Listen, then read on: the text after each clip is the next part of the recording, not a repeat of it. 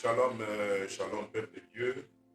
Voilà, soyons encore une fois richement comblés. Nous bénissons le Seigneur pour cette opportunité qui nous donne encore une fois à rester en sa présence dans la parole du Seigneur. Nous bénissons son Saint-Nom et nous savons d'ores et déjà que voilà, cette journée aussi est une journée bénie, en ce sens que voilà, il arrose nos vies, nos maisons avec ses ondées vivifiantes. Que vraiment la grâce vous soit multipliée à tous égards. N'oubliez pas de liker, n'oubliez pas surtout de partager, afin de pouvoir faire le travail d'un bon évangéliste en partageant le message et en aidant les autres à avoir part aux mêmes enseignements, aux mêmes bénédictions. Que le Seigneur vous bénisse. Nous allons prier. Dieu de gloire, Papa, nous bénissons ton Seigneur. Croire que nous nous dirigeons. Dans toute chose, que cela ne soit pas nous, mais que ce soit Christ en nous. Car c'est toi qui produis en nous le vouloir et le faire. Tu produis en nous, Seigneur, le mouvement et l'être. Merci parce que tu prends contrôle et tu te révèles dans toute ta puissance, afin que la gloire te soit donnée. Au nom puissant de notre Seigneur Jésus, nous avons prié. Amen. Donc, voilà, chers enfants de Dieu, soyez comblés. Et nous sommes en train d'étudier, voilà, de décrypter la parole de Dieu, d'apprendre au sujet de la nature divine que le Saint-Esprit nous accorde, les équipements spirituels et leur implication dans la foi. Donc, nous avons pour thème l'esprit d'adoption, le changement de vue et de langage. Que le Seigneur nous bénisse. Donc, voilà notre verset de base qui nous sert à pouvoir apprendre par rapport à tout cela. Nous les retrouvons dans 2 Pierre 1, le verset 3 à 4. 2 Pierre 1, le verset 3 à 4, je relis, afin que tout un chacun de nous se retrouve dans le bain.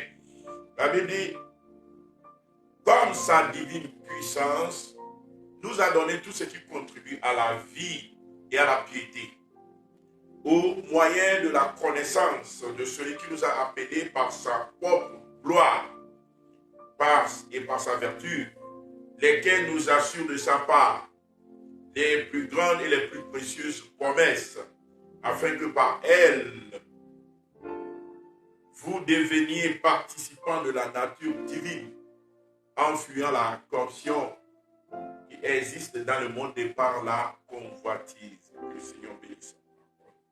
Donc, la Bible dit que le Saint-Esprit nous rend participants de la nature divine.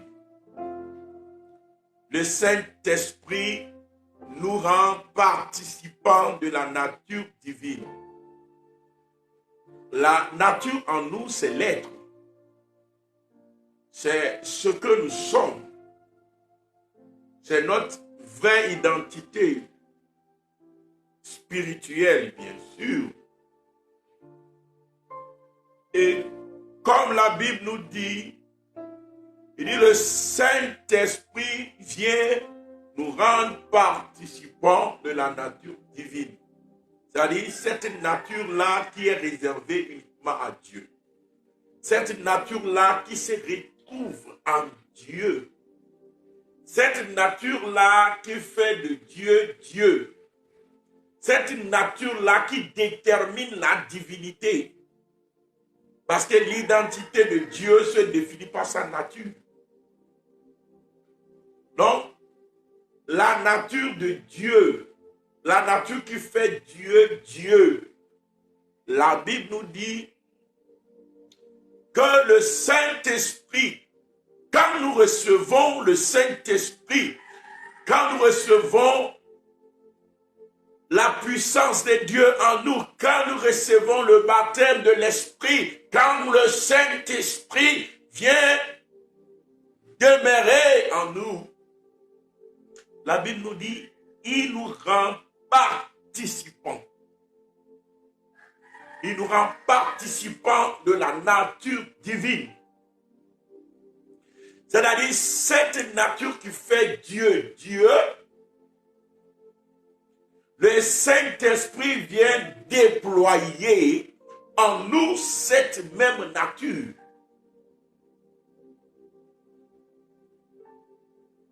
C'est-à-dire la nature qui forge l'identité de Dieu, la même nature maintenant se forge en nous.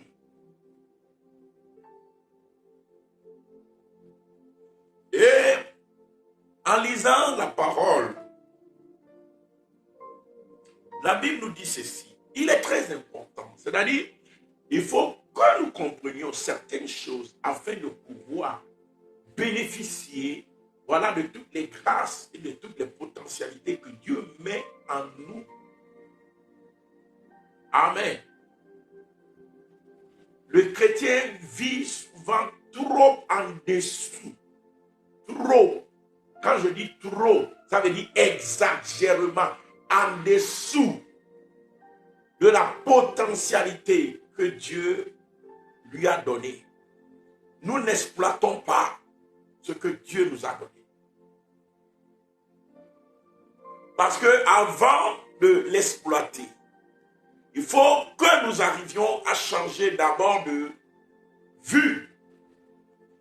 Et du moment où nous changeons de vue, alors nous adoptons aussi un langage différent. Parce que c'est notre vision des choses qui détermine notre langage.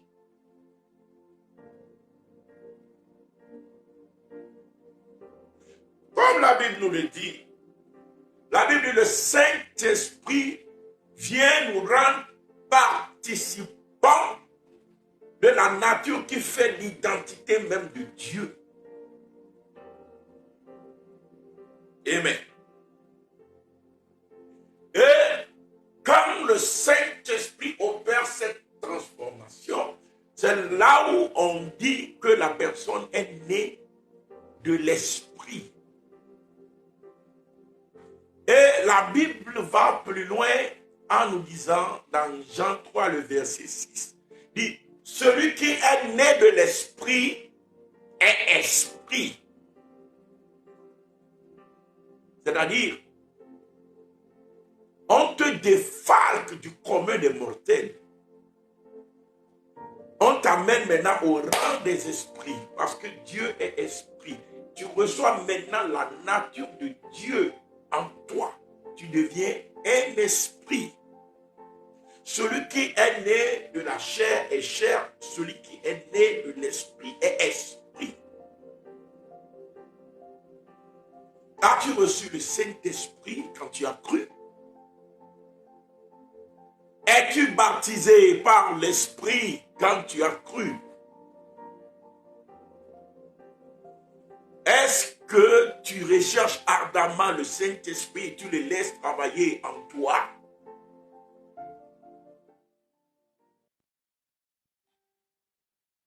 La Bible dit, celui qui est né de l'Esprit est esprit.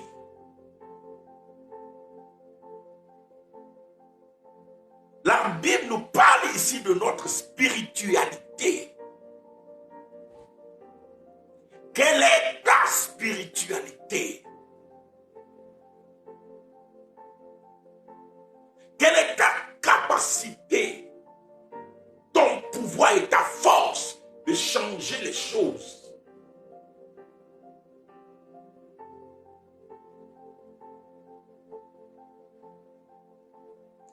Que le Seigneur t'assiste ce matin. Au nom puissant de notre Seigneur Jésus. Il dit, ce qui est né de la chair est chair. Et ce qui est né de l'esprit est esprit. Alléluia.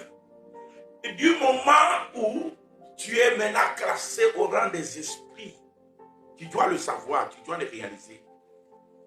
Ça veut pas dire, c'est-à-dire, il ne faut pas écouter la parole et puis dire Amen et puis retourner à l'autre vie. Mais il faut écouter la parole et dire Amen et réaliser maintenant que c'est ça. Et se conformer à cette parole. afin de ne pas être un auditeur oublieux. Il dit, celui qui est né de la chair est chair, celui qui est né de l'esprit est esprit. Tu dois le réaliser, tu dois le croire jusqu'à ce que ça devienne ta réalité à toi. Que maintenant tu es esprit. Alléluia. Quand tu penses comme cela, tu n'exagères pas. Au contraire, tu as la foi pour être sauvé. Parce que c'est ce que la parole de Dieu, ton Dieu dit de toi. Mais si tu l'oublies, c'est que tu as choisi de l'ignorer. Et du moment où tu ignores cette porte qui a été ouverte, ça veut dire qu'il y a quelque chose qui va te manquer dans ta vie chrétienne. Ouvre-toi à toutes les probabilités qui sont en Christ. Ouvre-toi à toutes les opportunités que le Seigneur t'accorde. Ouvre-toi au nom de Jésus-Christ par la foi à toutes les capacités que le Seigneur te donne. À avoir le maîtrise, à contrôler, à dominer. Tu es désormais esprit. Dis-moi amen. On va en parler en profondeur. Tu es désormais esprit. Tout être humain, que ce soit celui qui est sans Dieu dans ce monde, que ce soit toi qui as Jésus-Christ dans ce monde, chacun de nous a trois volets en lui. Nous avons chacun de nous la chair, nous avons chacun de nous l'esprit, et nous avons chacun de nous l'âme. Donc chacun a ces trois volets-là en lui. Le charlatan a les trois volets-là en lui. Le sorcier a les trois volets-là en lui. C'est les trois dimensions que nous avons en nous. Chaque être humain a trois dimensions. On n'en a pas plus. J'ai écouté des gens parler de quatrième dimension. Ça n'existe pas. Des gens ont parlé de cinquième dimension. Ça n'existe pas. L'être humain a trois dimensions. La dimension de la chair, la dimension de l'âme et la dimension de l'esprit. On est parti jusqu'à enseigner ça dans les écoles bibliques, c'est faux, ça n'existe pas. Il n'existe pas une quatrième dimension. Il n'existe pas. Que ce soit un démon, que ce soit le Saint-Esprit, quand ils viennent sur toi, qu'est-ce qu'ils font? Ils viennent opérer avec les trois dimensions-là en toi. Le Saint-Esprit ne vient pas créer une autre dimension. Quand le Saint-Esprit vient, il descend dans ton esprit. Et c'est avec ton esprit que le Saint-Esprit va opérer. Le Saint-Esprit ne vient pas créer un autre esprit encore en toi pour que ça fasse deux esprits, pour opérer au travers de cela, pour que ça fasse une autre dimension encore. Tu n'en as plus. Tu as seulement les trois dimensions là. Et pourquoi nous avons les trois dimensions là? Nous avons les trois dimensions là parce que en Dieu, il y a trois dimensions. Et les trois dimensions qui sont en Dieu, c'est ça ce qu'on appelle la Trinité. Dieu peut se révéler comme Dieu le Père, c'est le même Dieu. Dieu peut se révéler comme Dieu le Fils, c'est le même Dieu. Dieu peut se révéler comme le Saint-Esprit, c'est le même Dieu. Mais il se révèle dans ces différentes dimensions. Comme il a créé l'homme à son image et selon sa ressemblance, forcément, il faut que l'homme aussi ait trois dimensions. La dimension de la chair, la dimension de l'âme, la dimension de l'esprit. Alléluia. Et nous opérons seulement avec ces trois dimensions. Quand un démon vient, il vient demeurer dans ta chair, ou il vient demeurer dans ton esprit, ou bien il vient demeurer dans ton âme. De même, quand le Saint-Esprit descend, il s'empare de notre esprit pour descendre dans notre âme, pour prendre contrôle de notre corps. C'est ce que le Saint-Esprit fait. Il ne crée pas une autre dimension. Ça n'existe pas. Alléluia. Nous avons en nous trois dimensions. Maintenant, lorsque quelqu'un est sans Dieu, alléluia, cette dimension, qui est la dimension de l'esprit, se retrouve assoupie, se retrouve sans force, dépouillée, dénuée. Alléluia. La personne est faible spirituellement. Et la dimension, par contre, qui est forte dans cette personne, c'est la dimension, alléluia, de la chair. À la rigueur, la dimension de l'âme. Mais l'âme même a des problèmes parce que l'âme opère en commun avec l'esprit. Les deux cheminent ensemble. Le jour où l'âme se sépare de l'esprit, il faut savoir que la personne est décédée. Alléluia. Donc, comme je le dis, ceux qui sont dans le monde opèrent avec cette dimension, qui est la dimension de la chair.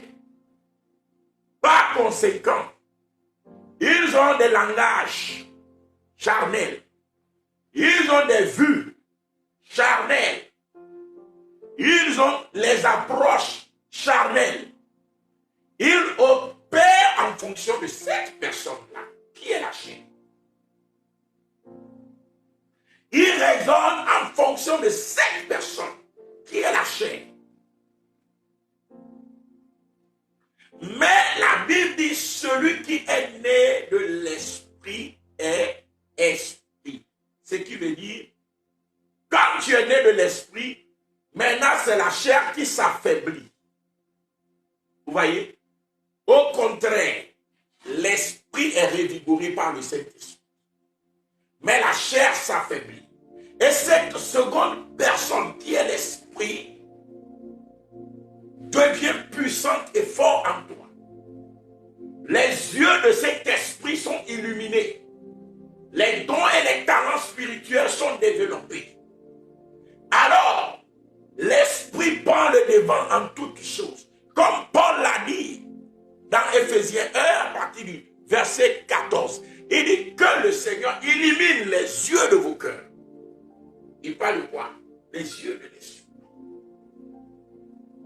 Quand les yeux de l'esprit sont illuminés, alors nous avons ce qu'on appelle la vision spirituelle des choses, ou la vue spirituelle, ou la vue de Dieu. Cette vue est différente de la vue charnelle. Et cette vue nous permet de voir les choses différemment. Parce que nous-mêmes ayant arboré Dieu, ayant reçu la nature de Dieu, quand tu as la vision de Dieu, demande-moi, Amen, comment Dieu voit tes ennemis? Comment Dieu voit le sorcier? La Bible dit, il parle, les montagnes sont fumantes. Notre Dieu parle, les montagnes sont fumantes. Il abaisse le ciel, il descend. Alléluia. Les collines sautent comme des cabris. La Bible dit, oh vous montagnes, qu'avez-vous à sauter comme des brebis? Qu'avez-vous à sauter comme des cabris? Alléluia. Parce qu'ils ont vu la présence de Dieu. Dieu regarde l'ennemi. Il sourit. Parce qu'il dit un mot, ils disparaissent. Il dit un mot, ils réapparaissent. Il a le pouvoir de mort et de vie. Il a la capacité de tout contrôler. Donc, ce qui fait trembler la chair et l'homme charnel, la Bible dit l'Éternel le voit et il se rit d'eux. Il sourit dans le ciel et il leur parle dans sa colère. C'est-à-dire ce qui fait pleurer et trembler la chair, fait rire notre Dieu. C'est pas si vous me suivez. Maintenant, quand nous sommes rendus participants de la nature de Dieu, c'est-à-dire la nature là qui fait Dieu, Dieu, le Saint-Esprit nous donne la même nature. Du coup, alléluia, notre vision de la vie change.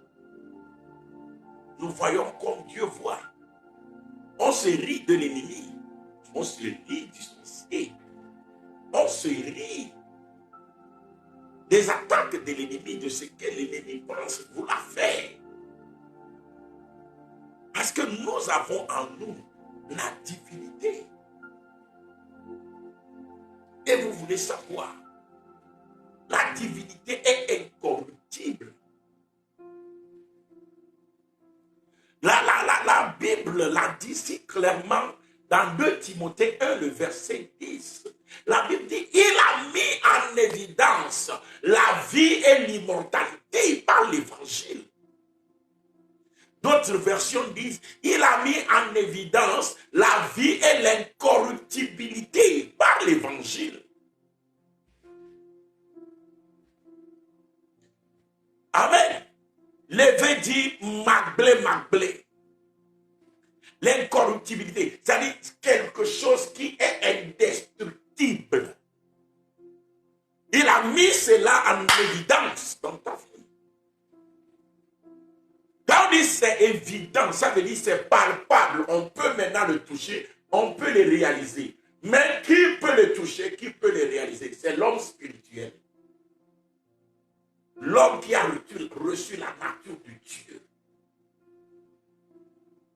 Il dit, si vous buvez des breuvages mortels, cela ne vous fera aucun mal. Ça, c'est l'incorruptibilité. C'est-à-dire, on t'a servi à manger et puis la personne commence par sourire. Il dit, imagine ce que je t'ai donné à boire. Il dit, c'est quoi? Il dit, mais j'ai été empoisonné parce que je veux ta mort. Mais aujourd'hui, je suis sûr que tu vas mourir. Mais toi qui sais que tu as reçu en toi l'incorruptibilité, tu commences par sourire. C'est vrai, tu m'as empoisonné. Mais ce que tu as oublié, c'est qu'il a été dit de moi que si je bois des breuvages mortels, cela ne me fera aucun mal. Donc ce que tu m'as donné, c'est juste pour me renforcer le corps. Je ne peux pas mourir de cela. Vous voyez le langage de l'homme spirituel. Mais l'homme charnel, quand on l'informe que voilà, tu as bu le poison, my God, avant que le SAMU n'arrive, avant que les sapeurs-pompiers n'arrivent, avant que les secours n'arrivent, il est déjà à terre.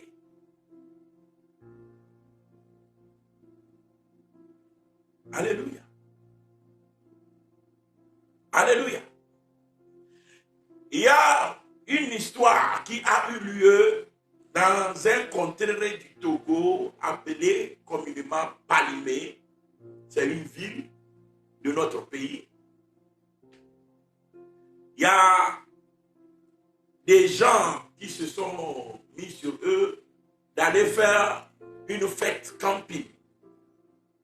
C'est-à-dire, ils s'en vont sous les arbres, dans la nature, en contact avec la nature, et ils ont préparé toutes sortes de nourriture pour aller faire du pique-nique.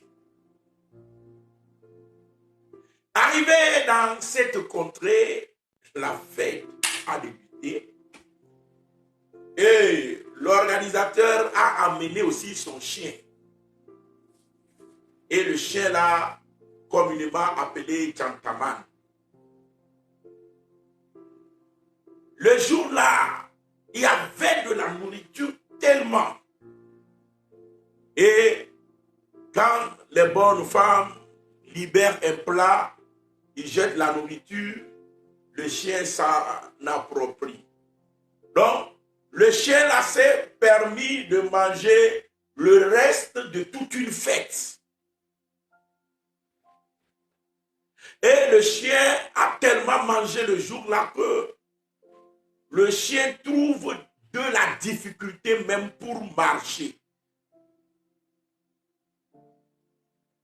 Maintenant, le chien s'est mis à se promener avec beaucoup de difficultés et une voiture passait non loin. Mais il s'est fait que la voiture là a tapé le chien. Et le chien est resté là-bas au bord de la route. Le sang sort de sa bouche. Le chien est mort. Maintenant, à un moment de la fête, l'organisateur dit, où est mon chien? Et quand il tourne pour chercher le chien, il s'est fait que ils ont retrouvé le chien mort, le sang qui sortait de la bouche. Et ils ont commencé par se poser la question, qu'est-ce qui est arrivé au chien? Et du coup, il y a certains qui ont développé la thèse selon laquelle les nourritures qui sont en train de manger dans la fête sont empoisonnées, que c'est l'effet du poison. Certainement, c'est pourquoi le sang est en train de sortir dans la bouche du chien. Donc, du coup, le bruit a circulé dans toute la fête. Au poison, au poison, au poison, au poison. Mais ce que je vous dis, la peur, dit, le chien est déjà mort, donc il reste notre tour. Chacun de nous va mourir. Et ils sont là, ils ont commencé par appeler les sapeurs-pompiers, ils ont commencé par appeler l'ambulance, or qu'ils ne sont pas encore tombés. Mais à cause de la peur, il y a certains qui se sont retrouvés par terre, certains qui ont fait des crises, d'autres qui mettent la main dans la bouche pour vomir. Donc, il y a certains qui ont même perdu connaissance. Or que, ils n'ont pas mangé nourriture qui est empoisonnée. Un monsieur de loin observait la scène, comment les gens roulaient par terre, comment certains tombaient, même on est en train de les ventiler, comment les gens veulent vomir. C'est le monsieur qui s'est approché pour poser la question, il dit, mais qu'est-ce qui se passe exactement ici? Et les gens lui disent, non, on a empoisonné les nourritures, même le chien est déjà mort. Et le monsieur leur dit, non, moi j'étais loin. Mais j'ai vu une voiture taper le chien, sauf que la voiture ne s'est pas arrêtée. Parce que le chien a trop mangé, le chien ne voulait pas quitter la voie. C'est alors que ceux-là qui sont par terre en train de mourir de crise, certains d'entre eux ont pu se relever, mais d'autres ont été obligés d'aller même à l'hôpital parce que la peur a déjà créé un dégât en eux. La peur tue et la peur te tue. Le fait de ne pas se réaliser te tue. Et c'est ce qui tue beaucoup. Beaucoup tombent avant même que le sorcier ne les attaque. Beaucoup tombent avant même que la situation là ne les tue. Mais ton Dieu t'a dit, je suis ta solution.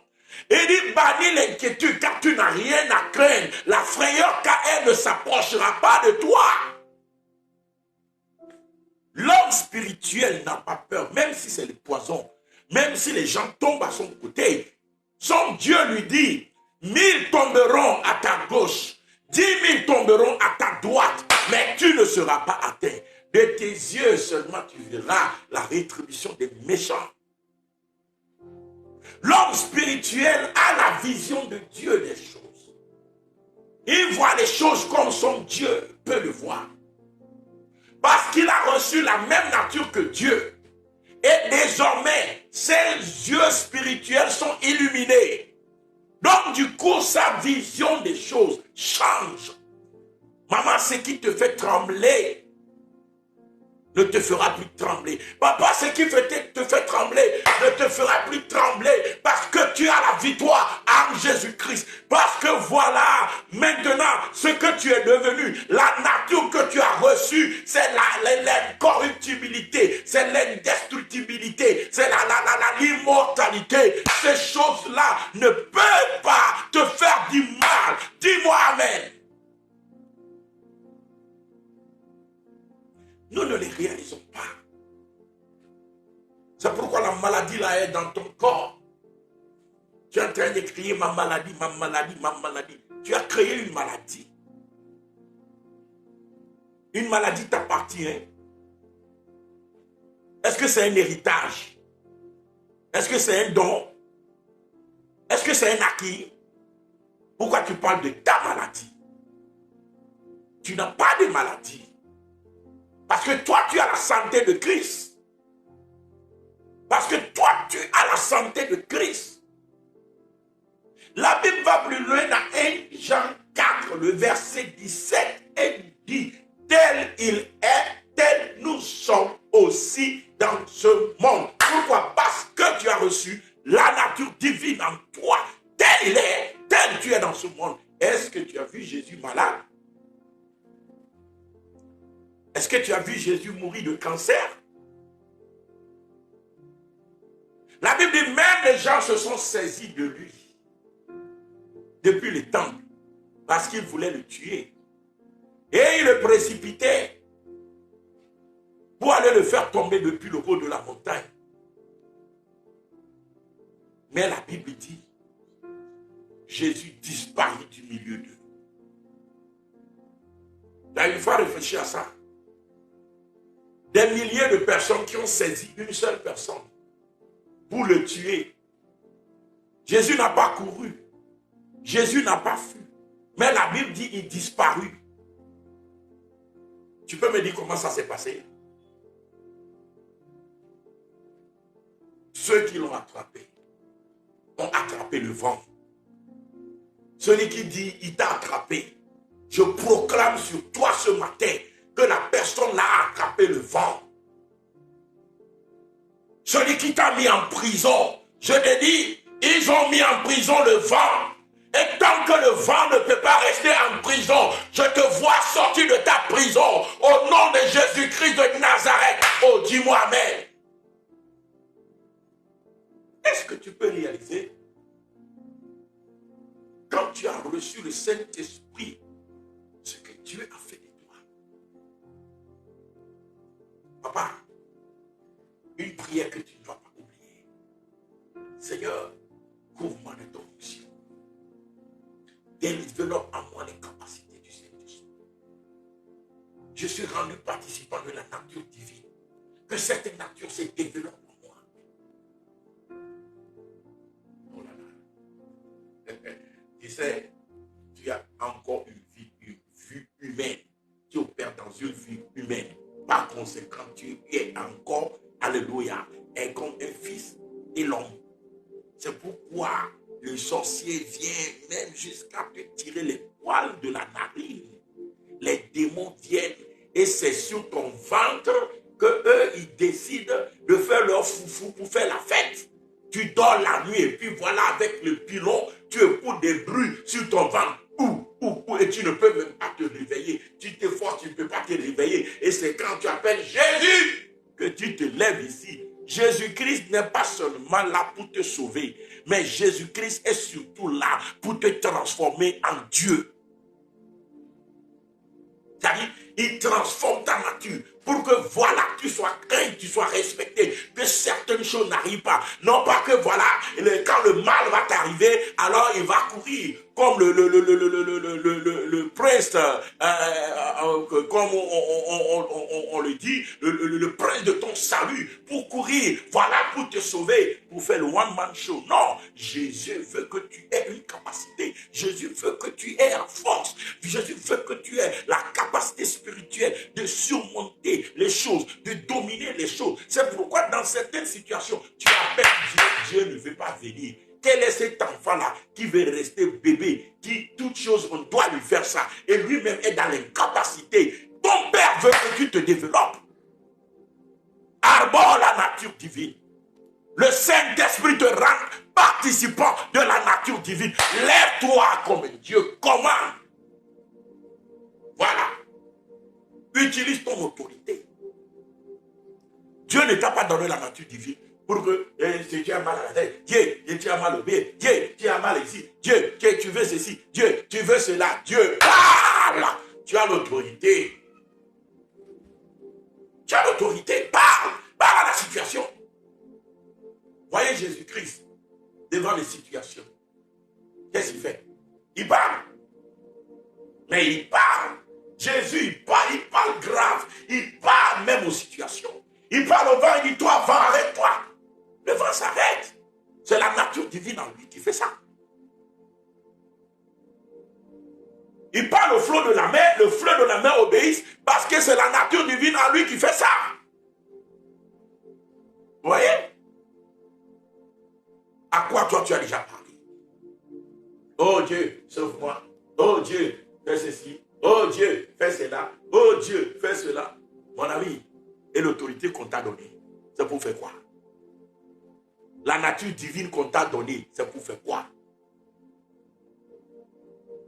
Parle à la chose. Parle à la situation. Parle à la situation. Que toi, situation, écoute la voix de l'Éternel. À partir d'aujourd'hui, je commande que tu ne peux plus rester dans ma vie. Je commande au nom de Jésus-Christ, car j'ai reçu en moi la divinité. J'ai tout pleinement en lui. C'est pourquoi le manquement n'est plus ma portion. Je te commande, toi, argent, de me servir. Je te commande, toi, vent, de t'arrêter maintenant. Vous voyez? Use authority. Use it. Utilise l'autorité là. Fais-en usage. Le changement de vue, le changement de langage. Vous voyez? Oui, ça doit changer. Ça doit changer. Imagine comment Dieu regarde la situation et regarde la situation toi aussi comme ça. Imagine comment Dieu regarde la maladie et toi aussi regarde la maladie comme ça parce que tu es rendu participant de la nature divine. Alléluia. Je veux faire une dernière lecture pour m'arrêter pour aujourd'hui. Je vais lire. Alléluia. Quand nous lisons la parole, vous savez, on a toujours accusé Jésus qu'il se comporte comme Dieu. Ce Jésus-là qui nous a dit, soyez mes imitateurs. Être imitateur, vous savez ce que ça veut dire? Il dit, soyez mes imitateurs. Vous savez ce que ça veut dire, être imitateur? C'est-à-dire de faire les choses exactement comme lui, Jésus, il fait les choses. C'est-à-dire, s'il se voit comme Dieu, nous aussi nous voyons en nous la divinité.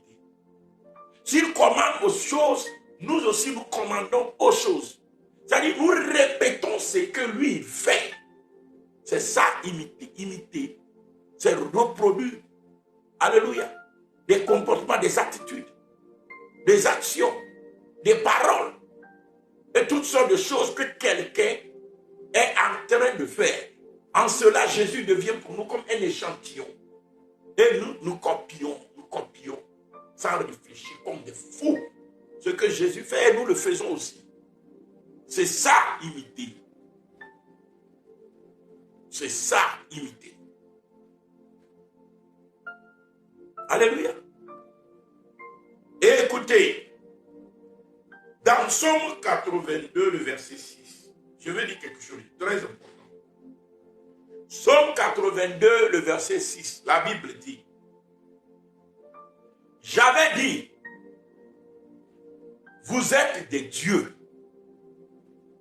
Vous êtes tous des fils du Très-Haut. Amen. C'est-à-dire, il prend un langage comme il parle à des gens qui ne veulent pas écouter. Des gens qui ne veulent pas comprendre. Alléluia. Il dit, j'avais dit. C'est-à-dire, vous ne voulez pas écouter. J'avais dit. Amen. Vous êtes des dieux. Vous êtes tous des fils du Très-Haut. Je l'avais dit. Est-ce que vous voulez écouter ça? Est-ce que vous voulez comprendre ça? Arbore la dimension spirituelle. Il dit, celui qui est né de chair est chair, celui qui est né de l'esprit est esprit. J'avais dit, vous êtes des dieux. Alléluia. Ce que Dieu nous a dit et que nous ne voulons pas faire, est-ce que vous savez que c'est ce que les gens du monde nous font?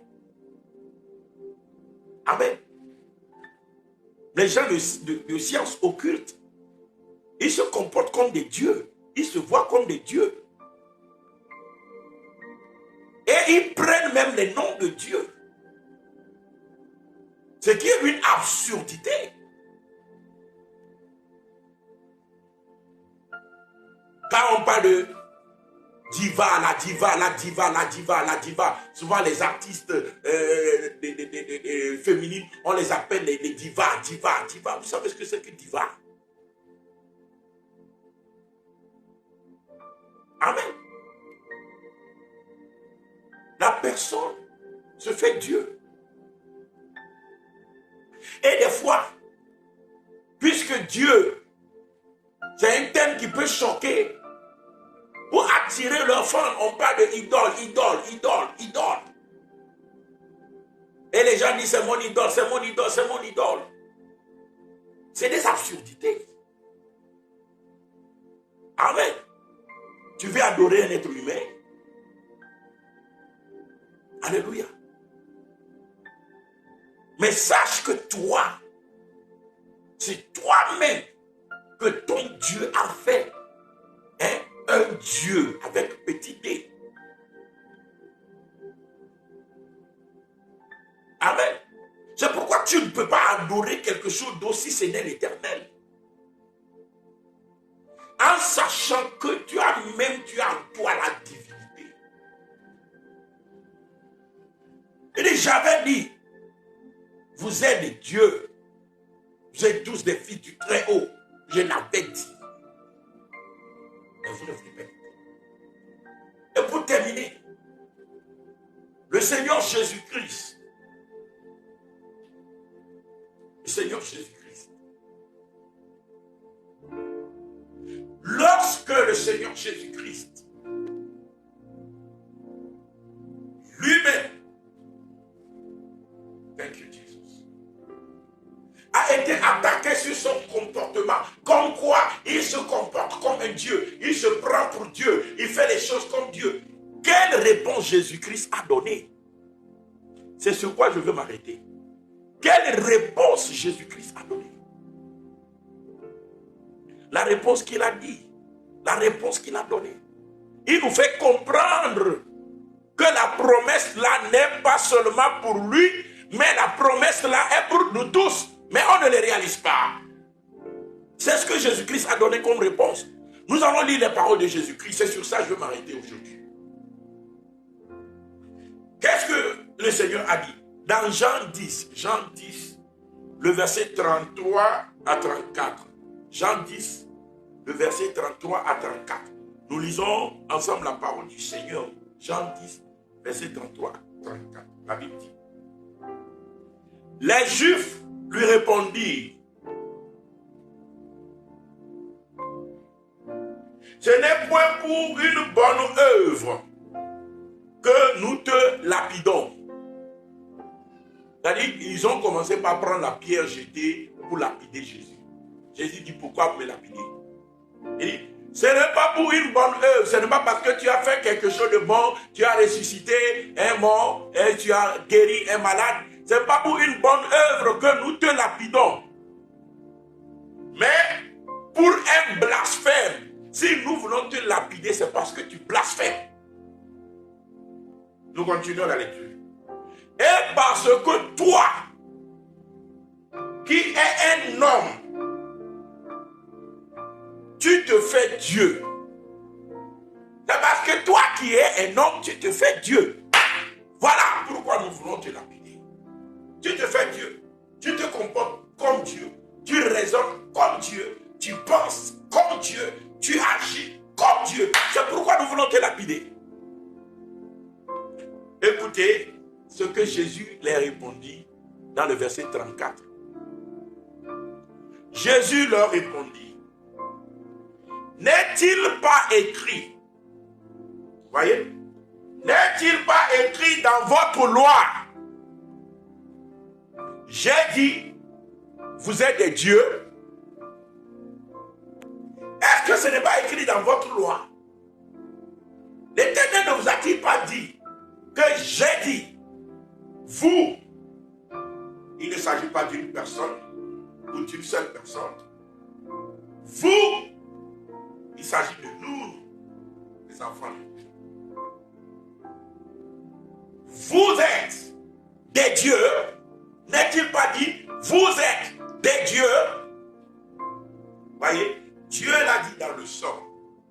Mais les gens ne peuvent pas le prendre parce que c'est trop haut pour eux. Et ils ont peur de blasphémer. Et quand Jésus, lui, il a pris ça en lui, il a cru. On veut le lapider à cause de blasphème. On pense qu'il est en train de blasphémer. On pense qu'il est en train d'exagérer. Comment lui peut dire qu'il est Dieu? On nous a dit d'adorer Dieu. Maintenant, lui, il dit qu'il est Dieu. Oui, on nous a dit d'adorer Dieu. Mais Dieu a fait de nous des dieux. Il nous a rendus participants de la nature divine. La nature qui fait de Dieu Dieu, il nous rend participants de cette nature lorsque nous recevons en nous le Saint-Esprit. C'est pourquoi la Bible dit, c'est avec jalousie que le Seigneur chérit l'esprit qu'il a mis en nous. Dieu nous a tout donné, mais il ne nous a jamais rien donné avec jalousie.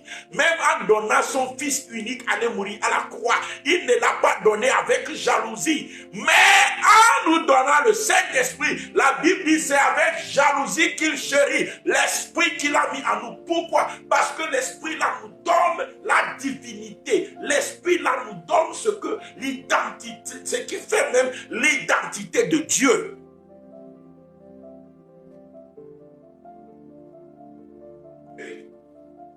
Que le Seigneur ouvre tes entendements spirituels au nom de Jésus. Et que cette divinité se déploie en toi.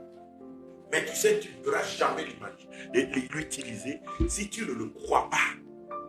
Si tu ne le penses pas vraiment. Et que voilà, tu ne fasses pas éclore et développer cette potentialité en toi. C'est en nous, par le Saint-Esprit, mais ça dort. Parce que tu n'y crois pas. Tu n'en fais pas usage. Tu n'as pas changé de vue. Tu n'as pas changé de langage. Le mardi prochain, je vais terminer cet enseignement. Je vais vous montrer comment on peut changer de vue. Je vais vous montrer comment on peut changer de langage. Et que tout change autour de toi. Que les écluses des cieux soient ouvertes sur toi. Que la divinité en toi se développe. Au nom de Jésus, à partir d'aujourd'hui, tu as l'autorité sur les situations. Par le Saint-Esprit que Dieu a mis en toi. Tout genou fléchit devant toi, au nom puissant de notre Seigneur Jésus, parce qu'il t'a rendu participant de la nature divine. Alors que la nature qui est en Christ se développe en toi. La Bible dit en lui habite corporellement toute la plénitude de la divinité. Et nous avons tout pleinement en lui. Oui, tout pleinement. Que tout pleinement en Jésus se repose dans ta vie comme il est dit dans Jean 1, le verset 16, que nous avions reçu de sa plénitude. Oui, tu as reçu de sa plénitude. C'est pourquoi je commande à la maladie là. Tant que la maladie là ne peut pas exister dans le corps de Jésus, ça se détruit maintenant en toi. Tant que le démon là ne peut pas exister dans le corps de Jésus, ça se détruit en toi. Tant qu'on ne peut pas emprisonner le vent, tu sors de la prison là. Au nom de Jésus-Christ de Nazareth, les écluses des cieux sont ouvertes sur ta vie. Ta vie est à jamais transformée.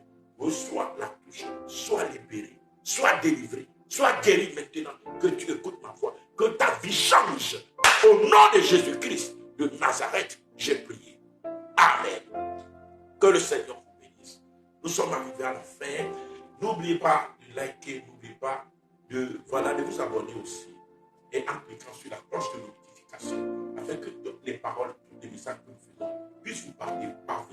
Il y a ceux qui aiment suivre sur YouTube. Donc, vous pouvez taper MORAN TV, Mora TV. Et vous avez accès à tous nos vidéos, à tous nos enseignements. Que le Seigneur vous bénisse. Excellente journée, pleine de grâce et de faveur. Shalom, shalom, shalom. Bye bye.